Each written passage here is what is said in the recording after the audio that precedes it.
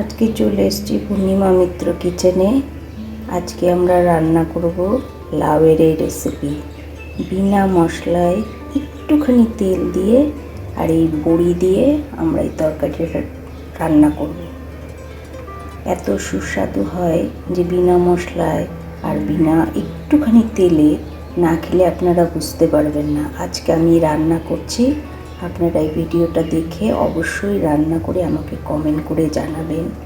আজকাল বেশিরভাগ ঘরেই তেল কমে রান্না হয়, মশলা অবশ্য খাই না অনেকে।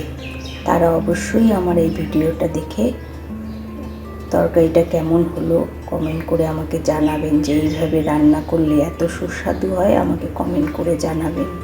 ঠিক আছে, এবার আমরা তাহলে রান্না করি।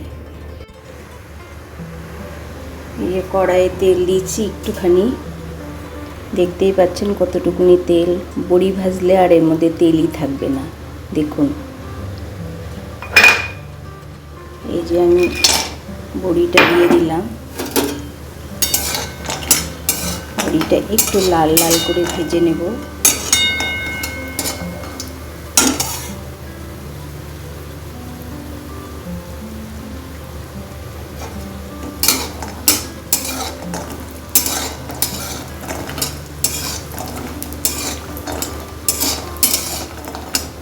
বড়িটা একটু ভাজা লাল লাল হলে সুন্দর গন্ধ, তরকারিটার মধ্যে সুন্দর গন্ধ হয়।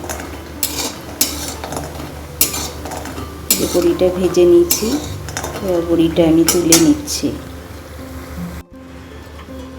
বড়িটা ভেজে নিলাম, এবার এর মধ্যে দিয়ে দিচ্ছি একটু শুকনো লঙ্কা আর কালো জিরে। এই ফোড়নে এটাই যাবে।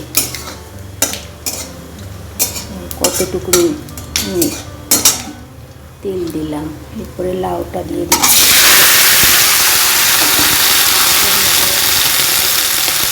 হলুদ দেবো না, শুধু একটু লবণ দেবো আর কাঁচা লঙ্কা মধ্যে দিয়ে দেবো। আর এখন আমি এটাকে ঢাকা দিয়ে দিচ্ছি। এই যে লাউটা এবার সিদ্ধ হয়ে এসছে। তো কচি লাউ খুব তাড়াতাড়ি সিদ্ধ হয়ে গেছে। যে এর মধ্যে এবার আমরা বড়িটা দিয়ে দিলাম। বড়িটা একটু সেদ্ধ হোক।